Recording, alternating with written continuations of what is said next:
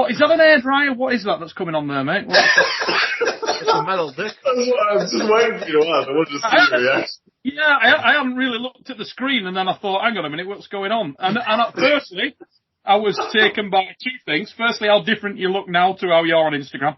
And also...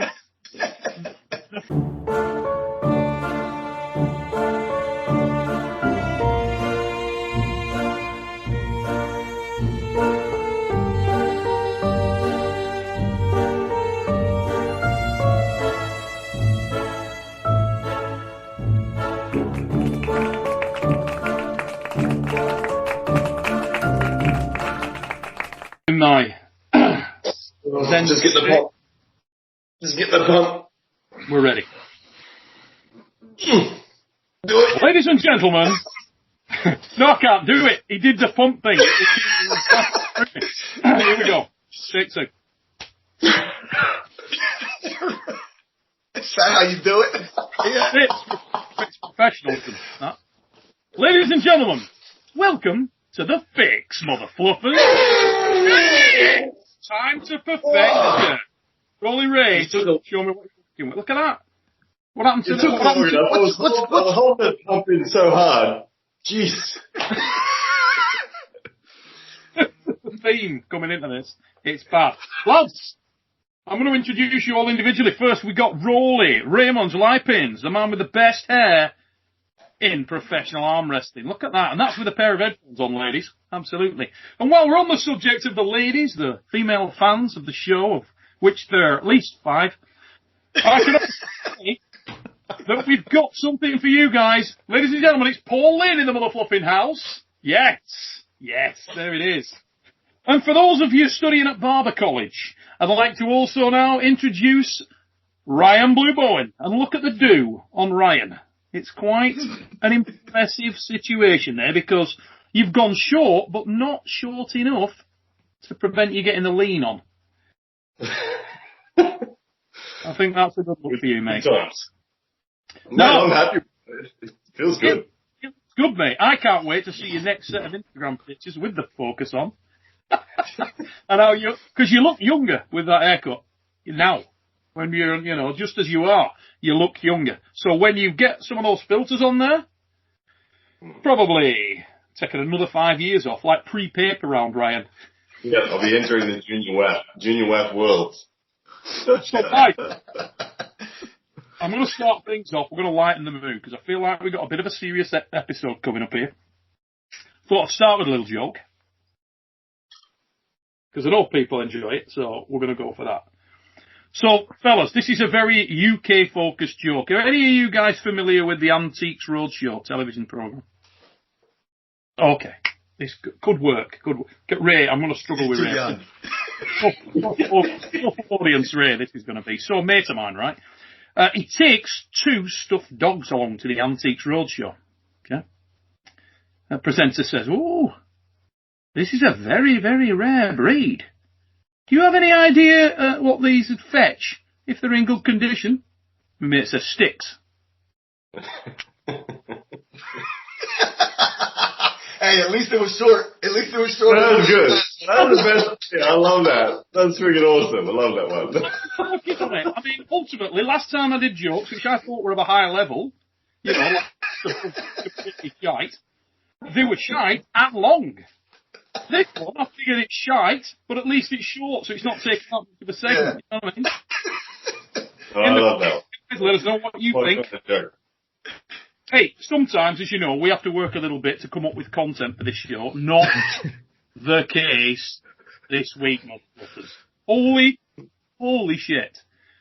And it's where to start. So I figure, in true fix fashion, we go flying in. Who's seen the video with Devon and Michael, Tom? Just saw it this morning. Okay. So dateline check. This is live. We are on the evening of that match took place. And all I can say is, wow. Now behind the scenes, Rumble. The Jungle Drums. So I see a note, and I didn't see the match before I saw this, but I saw a note online from Devon. And it was just Devon in a street in America. First of all, it was Devon actually saying, "I'm in America. across the border. And I thought, oh shit, there's going to be some stuff going down now. He's going to be doing like an arm vets tour, and he's going to go and drop in on people. I thought, this is ace. She got off to a great start. And I had a little bit of a message back and forward with Devon on that. Then, I don't see anything else, and I'm in my day's work, and the phone rings, and it's Monster Michael Todd. Monster Michael Todd's like, dude, did you see the video? I'm like, what video? No. He starts to fill me in on some of the details. So I'm like, holy. So I'm checking it out immediately. Find the match. I've seen a couple of versions of it now. Holy shit. The only thing I'll say is this. If you believe, I'm not going to get involved in the he said, she said and all that and all the political bollocks about it. But I thought Mike looked really, really strong. Right. Because, I did too. Me, so badly in that match at one point. Like, badly. You know, badly to the point where Devon got his cup, Devon got a round, and with all that height that Devon's got, I thought, it's done. Yeah, and it won. Wow. Yeah. Yeah. No, it was amazing. And well, like you said, without knowing all the behind the scenes, which, from what I've heard, sounds like Michael was up against it. He didn't know the match was happening. Yeah. He just driven for 5 hours. Everything was against him. Devon probably knew it was going to happen, so he was kind of mentally at least prepped for it. All that aside, the match was amazing. Yeah. To see Devon Larratt, as you said, in that position with utter hand control, not be able to transition to a press. Mike's side pressure, inside shoulder commitment was just amazing. And I don't know, like Devon he won the hand. It looked like Devon really did take control of the hand and Mike's center table strength was phenomenal. Had that have been a super match, I don't know, I feel like I would have seen Mike flop pressing from the go and looking like the Mike of old come back 360 from where he began with monster pressing. It's interesting, isn't it? Because my take on that was I would have liked to see multiple. I mean, I love that match. I always love that match whenever it happens.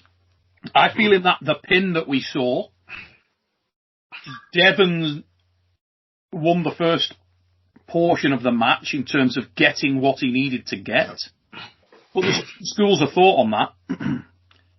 Did he really win it, or did Mike not give a shit? And I don't know which one it is. Or was it just that, as you say, Mike was so fatigued from whatever happened preempting that he literally couldn't defend that, but it didn't matter.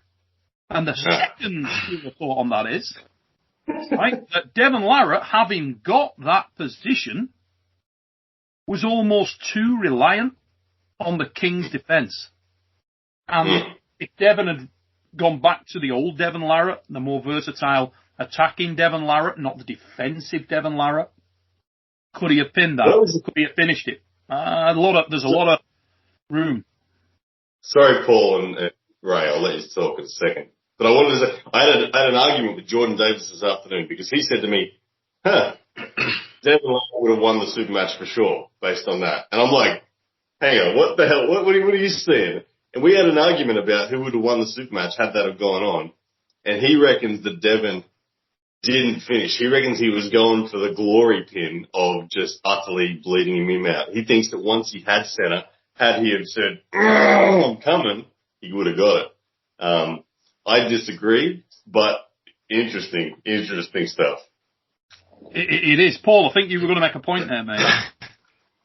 It's similar to what Ryan's saying. If you read the comments and some of the people that have texted me about it, saying how good Devon looked, and I found it to be the complete opposite. And to me, it really comes back to like the actual setup. It looked like Devon totally bullied the setup. At one point, the buckle was on Devon's hand, and then the camera cut in the video I saw, and Devon's putting the strap-on buckle on Michael's hand, and the match really started with Devon in complete control.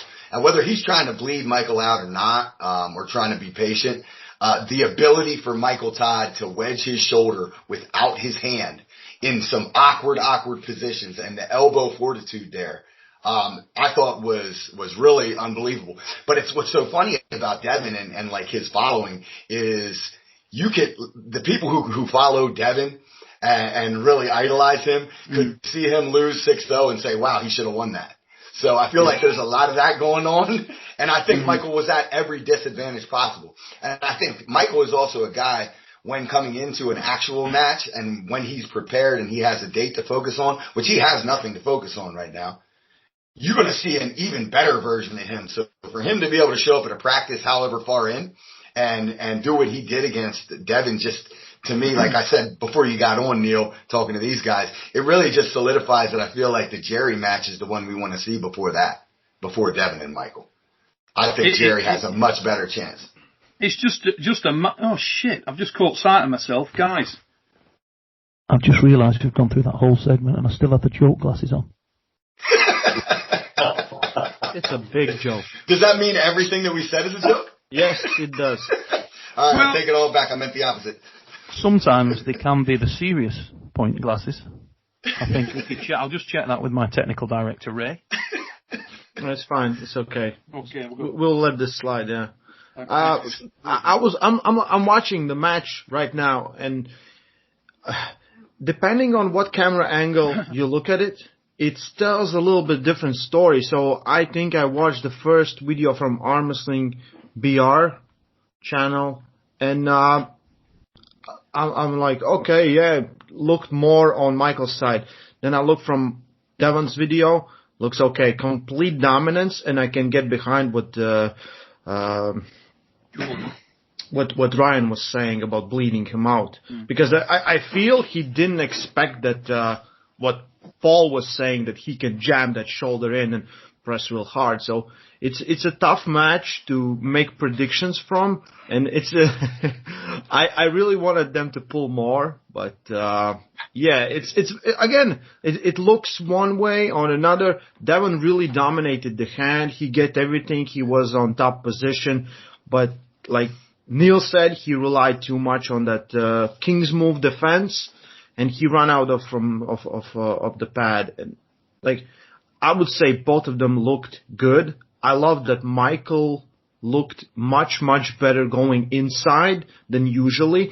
Like his weights that he's doing, his side pressure in his way, it's phenomenal. And he really took the first hit, because I usually expected that Devon would take the center like this, and it was like this. So I think Michael was impressive, and Devon get what he wanted from. I think he wanted to check if he can regain the hand control in a match. I think that was the big part.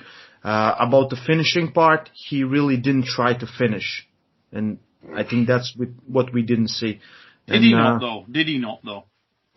That's the question. I don't know. If you watch through Devon's video when he's talking to Tom at the end of it, he seemed very satisfied with what he learned from that interaction. So that kind of makes you think, well, what was he really going there to evaluate? Was it really just the hand, his ability to gain control in the hand? Now he can focus on what is he going to do from there when they actually pull. I don't know. I thought he seemed very, very confident afterwards, and it didn't seem like he was bluffing. It's interesting, isn't it? Because to me, knowing the two men well, I kind of think like Devon didn't really give a about the outcome that much. I think he went there to play games anyway. Yeah. Had he won, great. Had he lost, not that bothered. I think he just likes messing with Mike. And also, I don't think it's that sinister. I think he was just playing. Yeah. He's playing a bit as well. He's just having fun. Yeah, I mean, that's definitely Sorry, go again, Ryan. Is coming. Michael's got more to lose than Devon. He's the champ at the moment, and Michael, we know, is a very passionate man, and he doesn't want, whether it's practice or not, it's on YouTube, and it's the most anticipated match in North America currently, and Michael didn't want to lose that, so Devon had the advantage of the luxury of it being okay to do what he did. So I think the chips were stacked hard against Michael in that, and given all of that, the strap, the unknown factor, I think Michael, if I had to put money on who would win in the WAL if they faced in 3 months' time, I would vote Michael. That's where my money would be. You know what the funny thing is, though? Devon repeatedly made reference to the fact that he was nervous, and some of that's tongue in cheek, I'm sure. A bit of fun and joking and this, that, and the other. But the one thing I will say about Michael Todd is Michael Todd can be self-doubting, can be self-questioning. Very similar to Rob Vigent Jr. in that respect. He's got that window of insecurity on occasion, which something can get into, created by himself. But woe betide any mother fluffer when he's pissed off to the point where the pissed off overrides any nerves or self-doubt. Because if he's pissed off overrides nerves and self-doubt, whoever you are in a arm wrestling match. Mm-hmm. And the thing with Devon is, as I've said many times, and people think I'm being critical of Devon, and actually I'm trying to help him as my friend. I think the most effective Devon is Devon when he's on the attack, when he's the hunter. And what I'm talking about is the hunter in segments of the table, in areas of the table. Devon on the A side, looking for options, is a dangerous, dangerous individual. If you guys check back on the Arm Wars encounter with Michael Todd and Devon Larratt, Devon's successful stuff in that match comes from A side, centre, A side.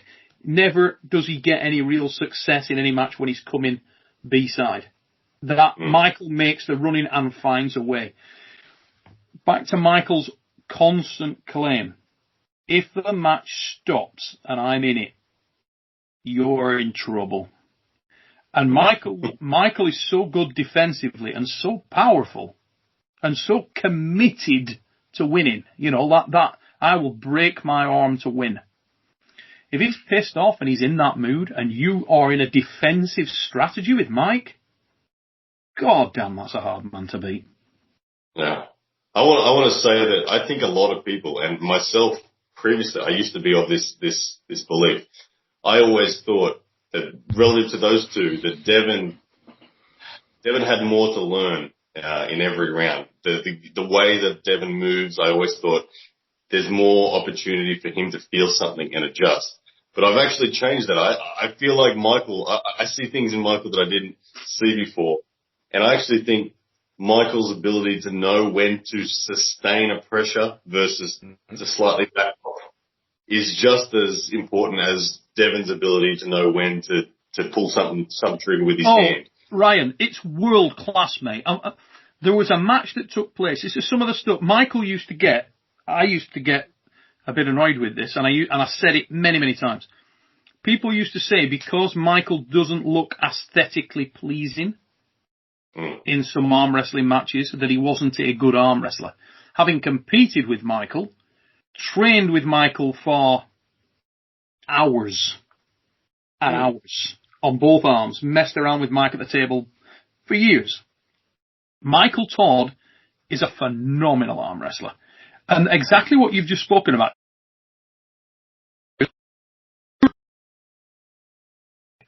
And his application of disparate pressure into different areas is just a horrible experience. There was once a match when we were at Arm Wars, and I'm going to say it was in fact, I'm pretty sure it was Germany, the FIBO Power Expo.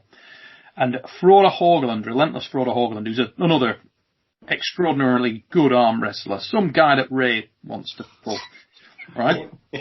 And he's pulling against Martin Zanger, who's a solid top roller from Switzerland. And Frode is in a bit of trouble on the hand. Michael's big time in Frode's corner. And Frode's lost his hand and wrist. He's lost a couple of rounds and he's doing a typical Frode monumental comeback.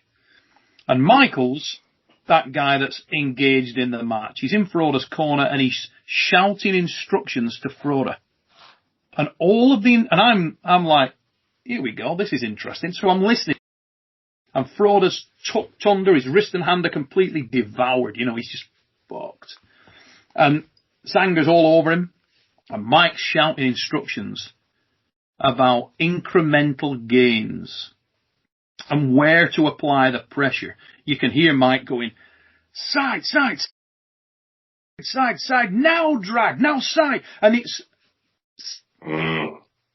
half a second. He's reading the match and he's in the match. The man was in the match.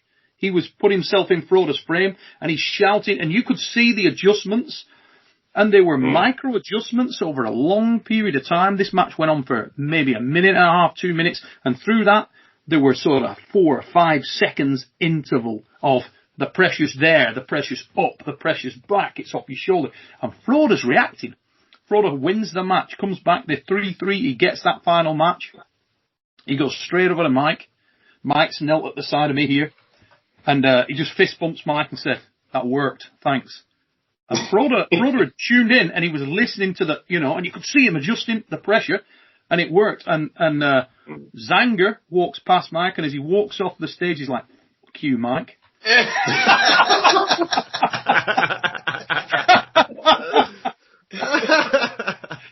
But, mate, he's reading it, he's thinking, no doubt about it. Here's the thing, right? And I want to get your opinions on this. If you take it the first part of the story that Ryan said, where Mike's done some pre-training and he's tired his arms and he's tired his wrists and hands, who takes away most from that? Has Devon got anything he can take away from that? Joking aside, if he thinks, well, tell you what, Mike's wrist and hand were burned and screwed up, because at what point are we going to talk about the elbow foul? I mean, really big, and it didn't matter. Yeah. Holy. I know that if I'm in a position with a guy and I foul like 3 inches, 4 inches off the back of the pad, and I still can't move him off centre, I'm thinking, oh shit. That ain't. I mean, it wasn't on WAL pads. That's another factor as well. It wouldn't have mattered. Mate, for a couple of days. He'd have only had to move 4 inches less than he did. There was a point where it was about 3 inches off the entire table. Like, it was floating way back. Like, James is like, oh, massive. We're letting him go.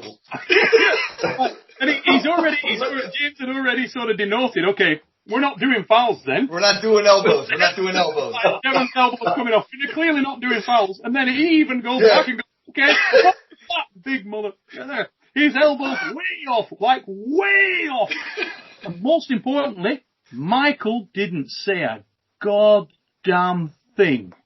Mm-hmm. James is like, huge elbow foul, way off. And Mike's like, not bothered. Not bothered. Yeah. You know what? Michael Todd takes so much heat, and I've talked to him quite a bit now over time, and we developed somewhat of a decent long distance relationship and everything. And the more I get to know about him, he is a class act. He takes so much heat because just the way he chooses to pull. But people forget that this was throughout his career, he was an incredibly versatile arm wrestler. He's just kind of settled into what's working best for him now to be at the highest level. And we see him do something like let his hand go and be able to drive through his shoulder or flop wrist press. People forget this guy has all kinds of angles and all kinds of ability. He just has one that is an ace move against the best in the world. And he takes so much flack just because sometimes those matches are ugly.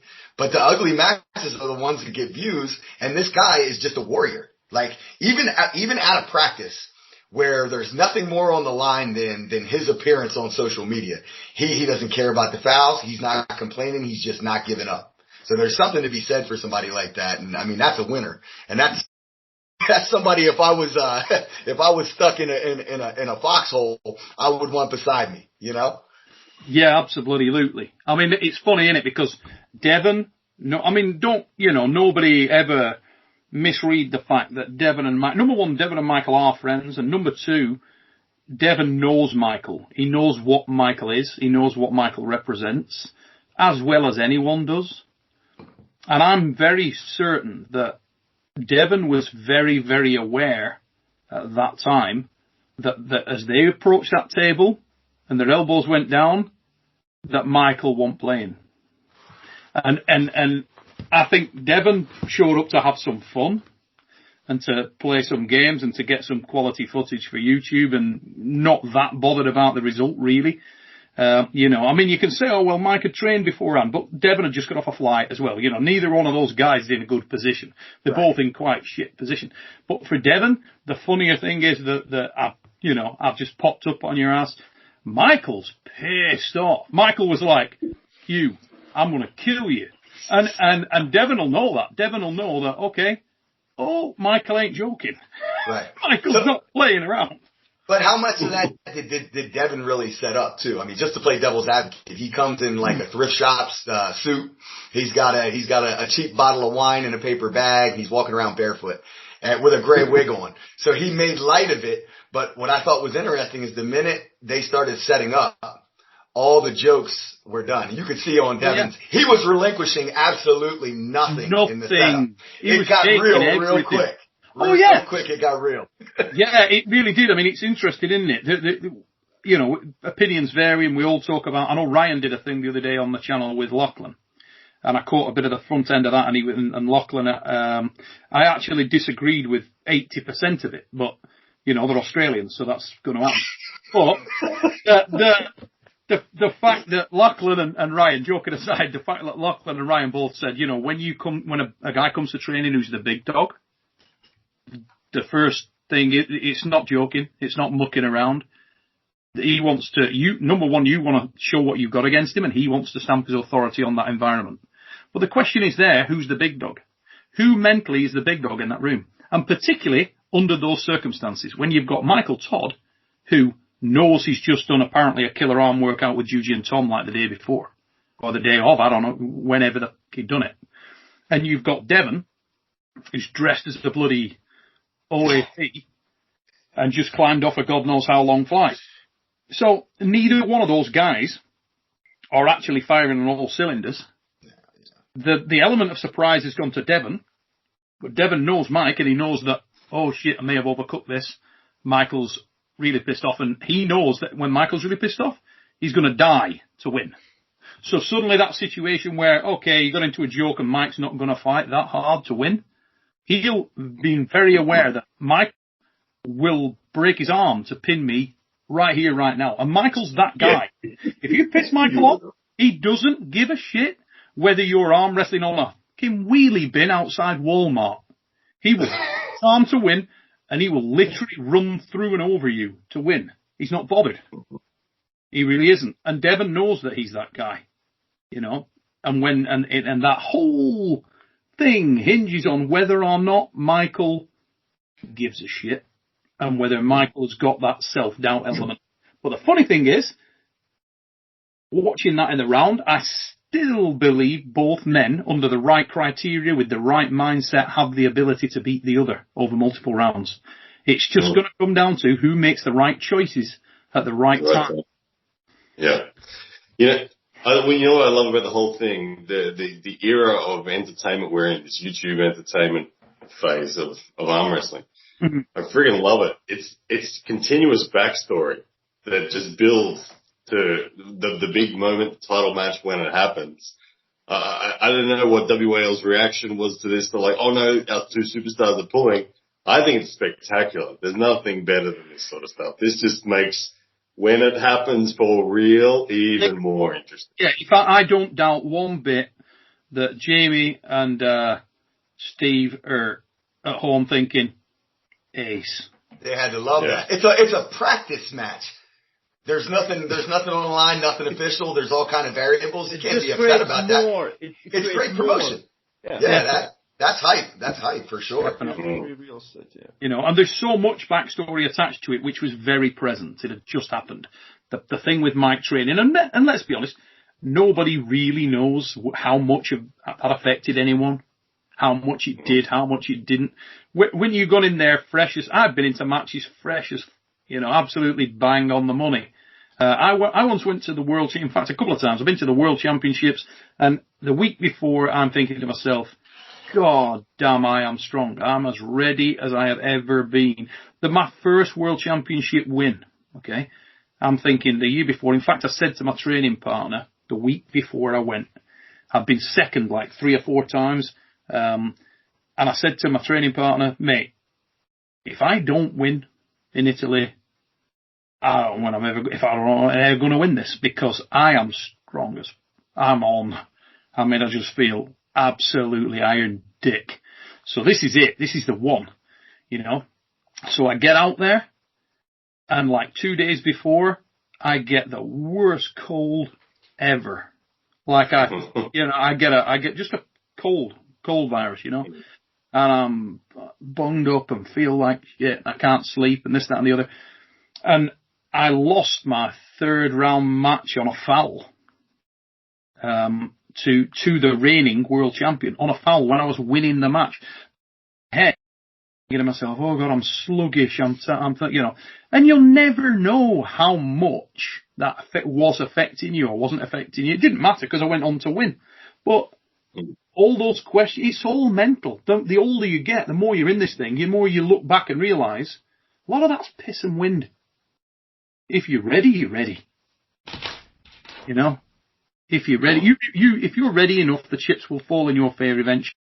And the only thing I can say about that whole encounter with Mike and Devon, it leaves so many unanswered questions and so many rabbit holes that fans of either one can run down and use as a viable excuse, which you'd have to say, okay, yeah, there's some miles possibly in that. That it's ace. It's like you say, Ryan. It's a chapter in a novel. So if based on what we've seen, if you all had to place your bet tonight, who wins on the WAL stage? Michael Todd. I agree, Michael. Man. Oh man. I'm talking right now, today. If they're in the style they are, because Devon needs to change up some stuff. Okay, Devon. Because I don't feel he went for a kill. Not at all. Not at all. Mm. I go Michael as well. Devon will take a round or two, but Michael will win. So if the match happens 6 weeks from now, does anybody side someone else? Oh yeah, I go back. Like I said earlier, for me, it's the best match in arm wrestling. And why is because I still maintain that the choices in the moment will win that match. The choices in the moment right now, how they addressed what happened there. Michael was the better prepared and made the better choices. And I'm factoring in that conversations with Michael today. I'm going to ring Devon later. I'm going to ring him. He's going to be asleep. But when I saw the match, I thought, yeah, I want to speak to Devon about that. But I don't know the backstory. But based on what I have seen, I'd go Michael right now, because Devon is too attached to the defensive strategy, too attached to Kings too early. Kings works with everyone, not Michael. Yeah. You know, Neil, I think that I always used to think, and a lot of me still thinks that Devon will make the better technical assessment from between here, 6 weeks, whatever. I think Devon will come with the right plan to win. But what I'm learning about Michael is that Michael will dig deeper than Devon knows he will dig. And the technical choices that Devon will make will be based on thinking that Michael can only dig to here. When Michael gets the comp, as you said, he will break his arm and he'll dig deeper than even Devon knows. And that's why I go Michael. It's so much mental. Mate, it's so much mental. I'll tell you a true story here, right? And this is, and anybody doubting what I'm telling you right now, you go and see Steve Kaplan, you go and see Ben Holden at the World Arm Wrestling League. We're at the finals of the World Arm Wrestling League, and we're discussing it, talking about it left, right, and centre. I've heard from both men. I've spoken to both men, and I'm going with Devon. I think Devon he's probably going to get it. He's probably made some adjustments. He's telling me he's really good. He's probably going to get it. Okay. The day of the tournament, and so I tell Steve, I tell Ben. They're saying Ben Holden, my co-com. They say, who have you got? I said, I got Devon. I got Devon by a squeak. It's going to be the odd pin either way, but I'm going Devon by a squeak. It's going to be like tight as you like, but it's 3-2 Devon. Right. The day of the match, the day of the match comes. And we start at breakfast and I'm sat with both men.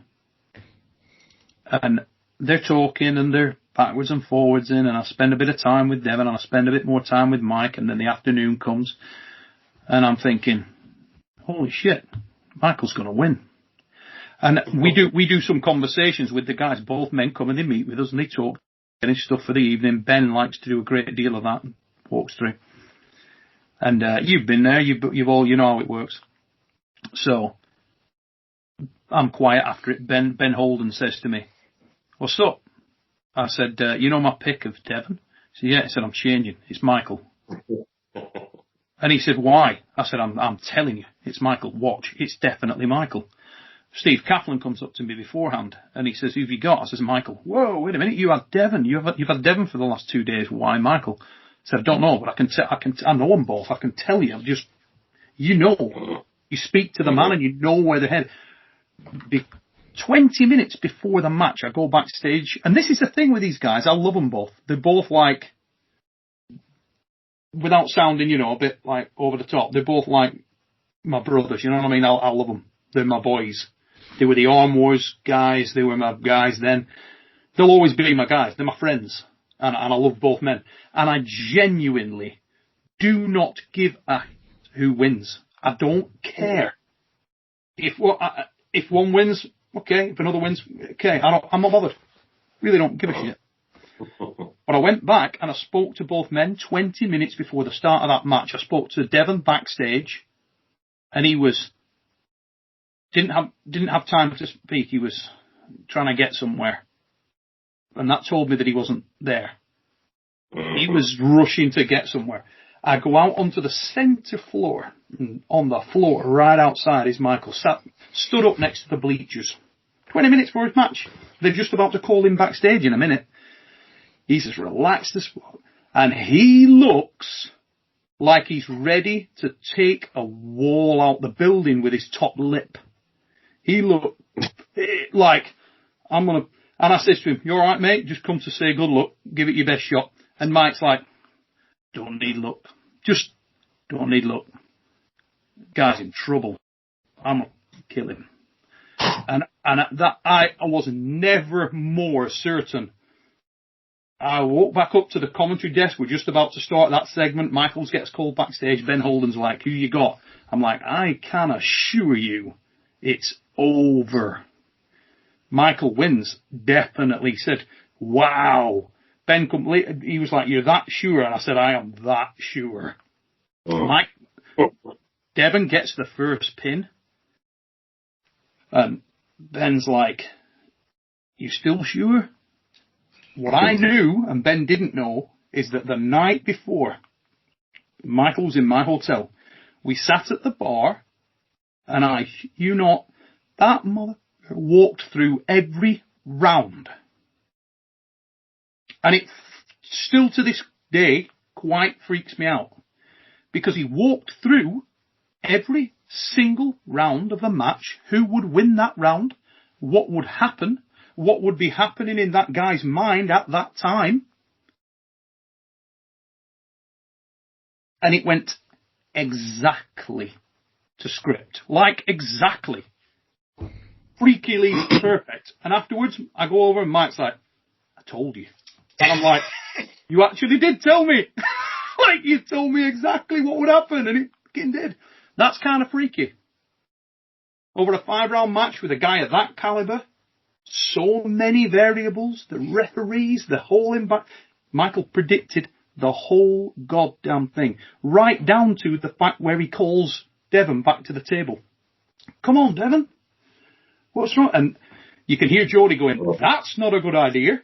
We don't have to get into that. She's going, and Devon's like, and Michael the night before at the bar said, and I'll call his manhood into question. I'll say he doesn't want to fight, and Devon won't stand for that because Devon's a man. And Devon will stand up and he will walk back to the table, and that's the worst move of his life. What he told me would happen. And it's in the box. Powerful. What he said would happen. So there's a lot more going on than people see. But the thing is now, Devon knows all that. Right. So different next time. We will see. We will see. But holy, I'm excited. I don't know whether you can tell. If the match were to happen in 6 weeks, I think Devon, like, does the amount that Devon learned from that little practice match and the amount that he learned from their first encounter, is that going to outweigh the amount of strength that Michael will put on specifically in that duration? Because I feel like Michael's obviously learning too. People give Devon, the upper hand probably in arm wrestling IQ, whether that be the case or not. I just feel like a prepped Michael, like watching him prepare, watching all his training videos, the specific stuff he does, the way he manipulates his weight up and down, does those physical gains outweigh Devon's technical gains? I feel like that's what it's going to come down to as a whole, because I don't think we're going to see Devon lose the same way as he lost the first time, if he does lose. I don't think we're going to see him all the way across the table trying to press this way. I think that's the last thing we'll see unless it's desperation. So if he learned, and at his recap, that he was real comfortable with his hand control and how his hand felt, will he be able to pay the same amount of dividends through that as Michael will through the physical gains he'll make in the next 6 to 8 weeks or whatever? And the interesting thing is, Ray made a point a moment ago that he's got Devon because Devon didn't go for the kill. Okay, right. But here's the thing. If I'm Devon's coach, I'm saying to Devon, well, one thing I take away from that is, don't go King's move defense with that dude. Because he will get to the press. It may take him time to get to the press, but he will get to the press. And when he does get to the press, you are in serious trouble. Right. Because with your elbow 5 inches off the back, you still couldn't hold that up and couldn't get him off center. Off the go. Yeah. Right off the go. Way too much. It seemed like. We had. Go. Sorry, go. No, go on, Ray. What were you going to say? We had conversation in Norway with Devon, and I said like we talked about the match with Michael, and I said, yeah, it's like, but we know the antidote for the King's move is the press. And he said, you can do it other way. I said, what other way? You can do it like John Brzenk did it. He's like, hold the center, and then with small increments you move, and then you go for a kill. You don't go straight from the center. And looking back, I feel that was what he was checking. He was checking, can he do it? But again, he has this when his defense move versus good presser is like this, but Michael is no average presser, and you basically letting everything on your back pressure, on your brachialis, on your elbow flexors, and there's no side supporting that. If you get a little bit more pressure together with that back pressure, then it's more solid, defense. And he turns in, and then just Michael cranks him down. So I believe he checked for that center, but there was not enough side pressure support for that move. And I think, again, I looked at those 2 videos from 2 different angles. After Michael lost his hand was like this at the end of the first round. Devon lose that, but Devon lost all of his back pressure here. So I think if you look at the next rounds, what's going to happen then? Michael, if the hand is back, it's going to be back, So looking at strategies, looking at what they can do, I think Devon can find a way to win. That's why I said Devon. Not just because there's still press. He didn't go there, so he's pretty fresh inside. And I think you need a lot of this. But again, he let it too much out. He turned it. Everything went on his arm. So I think that was the big problem. But again, it was a training match, and I really believe Devon was just fishing. He was just fishing, fishing for clues. He tried to do the same thing with Dennis, but again, Dennis was solid 20-30% stronger. Just, that's a little bit different. And then, I think his strategy when he lost the center, was going for all the back pressure. And again, if you look at any Devon's videos right now, like how he arm wrestles with someone, he's letting you, like, he's very low, his hand is very, very low, he's not even in a king's move, but he's staying up and letting everyone to press down. And more comfortable you get in one position, more you're gonna go there. And I think it's not the position where you wanna go with Michael Todd. I've said it before and I'll say it again, Ray. The one acid weakness of Devon is that Devon has moved from the man who attacks the match to the man who is always defending the match. And there are men that you cannot just defend against. And Michael is one of those men. The tools that are available to Devon are there, but in order to make a knife sharp, you've got to sharpen the mother. And Devon never can sharpen it because who the hell does he emulate Michael Todd with?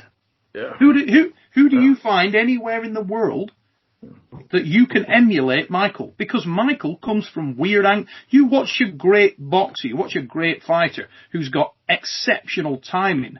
The guy that he struggles with is the guy that you can't time because he's a weirdo. Because he's herky-jerky and he's, look at Ali Frazier. Always struggled with him because you couldn't time for it because he didn't have.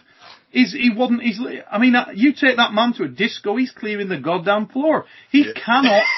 You know what I mean? You can't time him because he's not dancing. He's doing something, but he ain't fucking dancing.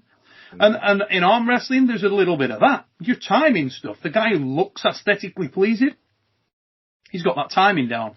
He's got that angle down. He's got that position down. He's got the precision dialed in.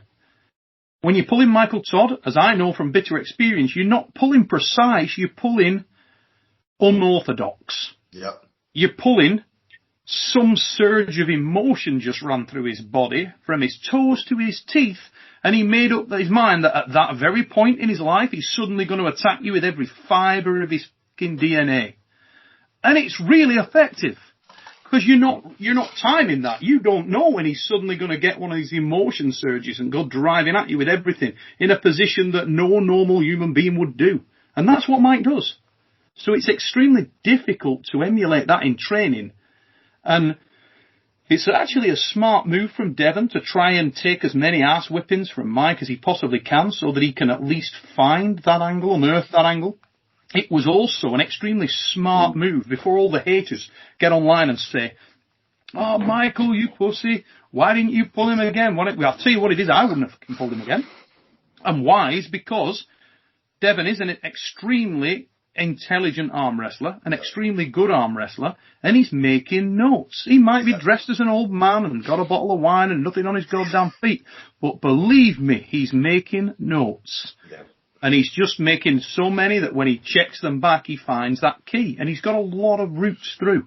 So if I'm Michael, once you've done that, you've got your little bit of information of your own, get out of Dodge. Yeah. You know? WAL 601, 701, whatever it is, it's going to be good. 2024. Yeah. The question is, what does Jerry Cataract think about all this? If you're Jerry, what are you thinking? I want to turn.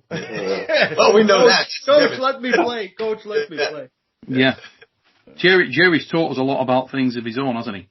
He's shown the limitations of the Kings. And some of those limitations it'd be good for Devon to take note of. Yeah. Ladies and gentlemen, we're at 52 minutes of this episode. Episode 31 of The Fix, Mother Fluffers. We're going to wrap it up there. I'm going to say a massive thanks to my co-presenters, Raymond Rolly Royce, The Voice, Liepins. We got Ryan Blue Bowen. Get online, check him out at All Things Ryan Blue Bowen. He doesn't instigate anything, ever. Honest. Listen. Ladies and gentlemen, also massive thanks to our newest resident presenter. It's Mr. Paul Linn, ladies.